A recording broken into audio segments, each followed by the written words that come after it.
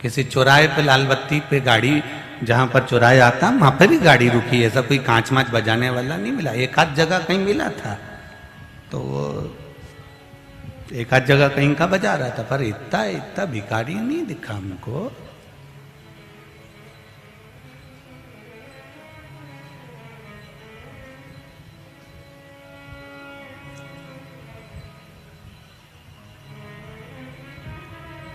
एक आप और एक भिखारी, दोनों में समझना, भिखारी 10 जगह से मांग कर लाता है,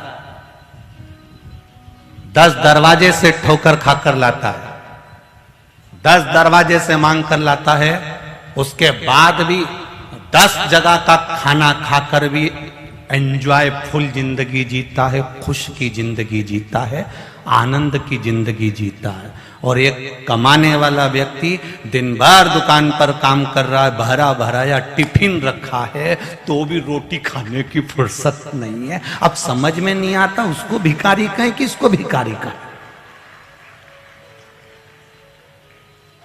वो 10 जगह से मांग कर लाया है, उसके बाद भी अपने शरीर का ध्यान रख रहा है कि मुझे खाना है, भरपेट खाना है।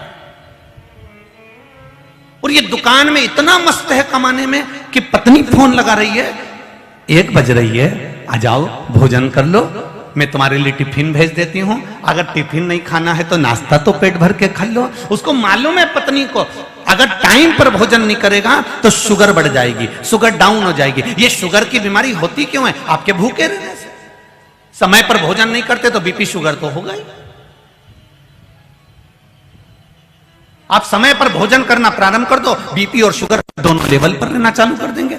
डॉक्टर भी कहता है क्यों भूखे रहते हो, क्या कितनी बजे भोजन करते हो, खाना टाइम पे नहीं खाते हो, इसलिए तुम्हारी ये बीमारी बढ़ती जा रही है, इसलिए तुम्हारी शुगर बढ़ती जा रही है, इसलिए तुम्हारी शुगर लो होती जा रही है, इसलिए तुम्हारे यहाँ बीपी गड़बड़ कर रहा है। कारण क्या है? वो डॉक्टर बोलेगा कि टाइम पर तो भोजन करो रे, कमाओ, टिफिन तुम्हारे होटल में रखा है, टिफिन तुम्हारी दुकान पर रखा है, टिफिन तुम्हारे घर पर रखा है, तुम कम से कम समय पर तो खाओ। भिखारी भी 10 जगह से मांग कर पेट भरता है और एंजॉय की जिंदगी जीता है, और एक हम कमाने में इतने आतुर रहते हैं कि समय पर रोटी तक नहीं खा पाते हैं। खाने बैठे उतनी देर में फिर ग्राहक आ गया, रोटी का डब्बा छोड़ा, फिर कमाने चल दिए। कमाओ, जी और जान से कमाओ, जितनी तुम्हारी कैपेसिटी उससे 4 गुना ज्यादा कमाओ।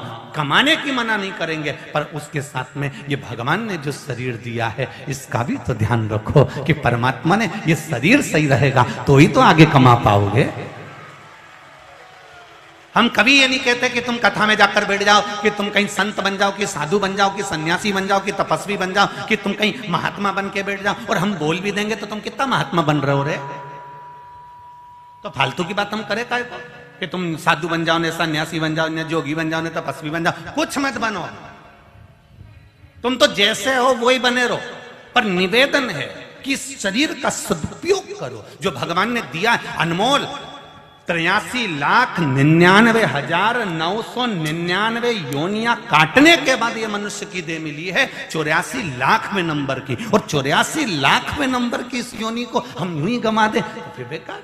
हम कमाने की मना नहीं करते, खूब कमाना, दिल से कमाना, शरीर की कैपेसिटी के अनुसार कमाओ, तुमसे जितना बने उतना कमाओ, खूब कमाओ, पर साथ में अपने परिवार के साथ, अपने कुल के साथ में, अपनी पत्नी, बच्चे, माता पिता, बहन भाई सबके साथ बैठकर कम से कम हफ्ते में 2 दिन ऐसा बना लो, या हफ्ते में 1 दिन ऐसा बना लो कि मैं पूरे परिवार के साथ घर में एक साथ बैठकर भोजन करेंगे तो कम से कम सबका मन अच्छा रहेगा, सबसे मिलना जुलना होगा, सबका स्नेह बनेगा,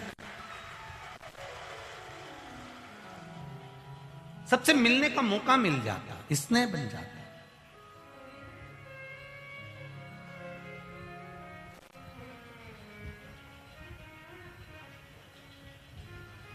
मैं बहेड़िया परिवार से कहूंगा, बहेड़िया जी हम लोग कथा करने के लिए परली बैजनाथ सोमानी जी के यहाँ गए थे। यहाँ सूरत वाले सोमानी जी भी बैठे हैं, उनको भी स्मरण होगा। हम परली बैजनाथ गए थे कथा सुनने के लिए। तो कथा करने के लिए जब परली बैजनाथ गए, जैसे बहेड़िया परिवार में तीनों भाई और तीनों भाइयों की मित्र मंडली और पूरी समाज, माहेश्वरी समाज, मारवाड़ी माहेश्वरी समाज बड़ोदरा की जो लगी है, ऐसा कैसा ही वहां जब परली बैजनाथ जब कथा करने गए, सोमानी जी कथा कराए, तब हमने देखा वो उनके घर में वो अकेले, तो हम देखते वो सुबह के टाइम पर हमारे को दोपहर में कथा में लेकर जाते, उसके बाद वो जो गायब होते तो रात को भी मिलना नहीं हो पाता। तो हमने सोमानी जी से पूछा, उनके पिताजी से, बाबू कहाँ चले जाते हैं? गुरुजी अकेला है, समाज के लोगों के साथ में मिलकर पूरी इतनी लाखों जनता जो आ रही है उसकी व्यवस्था देखना पड़ती है। हमने कहा एक बार हम भी जाकर देखेंगे, जैसे हमने कल बहेड़िया परिवार के साथ में आकर यहाँ व्यवस्था देखी, ऐसी हम वहां भी देखने गए। और जब जाकर देखा कि वहां पूरी समाज, पूरी मारवाड़ी माहेश्वरी समाज सबको हथेली पर झेल रही है, और कल हमने यहां देखा कि पूरी माहेश्वरी मारवाड़ी समाज सबको हथेली पर झेल रही है। मैं धन्यवाद दूंगा मारवाड़ी माहेश्वरी समाज को। यह माहेश्वरी समाज कोई साधारण नहीं है, ना जाने कितने लोगों को प्रेरणा देती है, आगे बढ़ने की सीख प्रदान करती है कि काम कोई छोटा सा नहीं होता।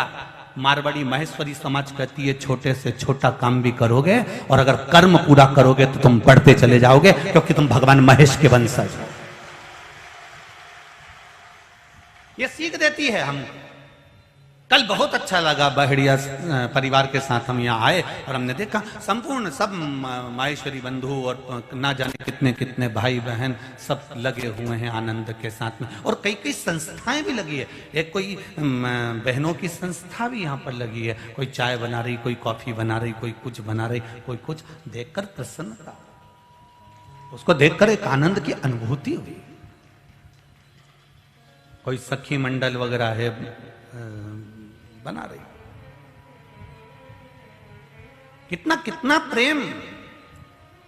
हम दुनिया के लोगों से कहते हैं कहीं अगर तुम्हें कहीं सन्यासी, साधु, संत, महात्मा, जोगी, तपस्वी, तप करने वालों का दर्शन करना है तो कहीं जाने की जरूरत नहीं है, शिव महापुराण के अंदर आकर बैठ जाओ। जितने भी भक्त तुम्हें बैठे हुए दिखेंगे ये सब शंकर के तपस्वी, साधु, सन्यासी हैं, और जो सेवा कर रहे हैं ये मेरे भोलेनाथ की कृपा से बैकुंठ से भेजे हुए वो आनंद है जो नित्य सेवा में लगे हुए हैं। ये प्रमाण।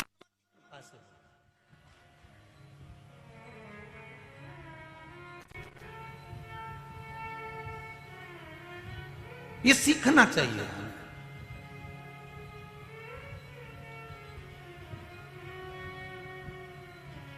तेरी कृपा बिना न हिले एक भी अणु, लेते हैं श्वास तेरी कृपा से तनु तनु। बखान क्या करूं मैं राखों के ढेर का, चपटी भभूत में खजाना कुबेर का। हे गंगधार मुक्ति द्वार ओमकार तू, आयो शरण तिहारी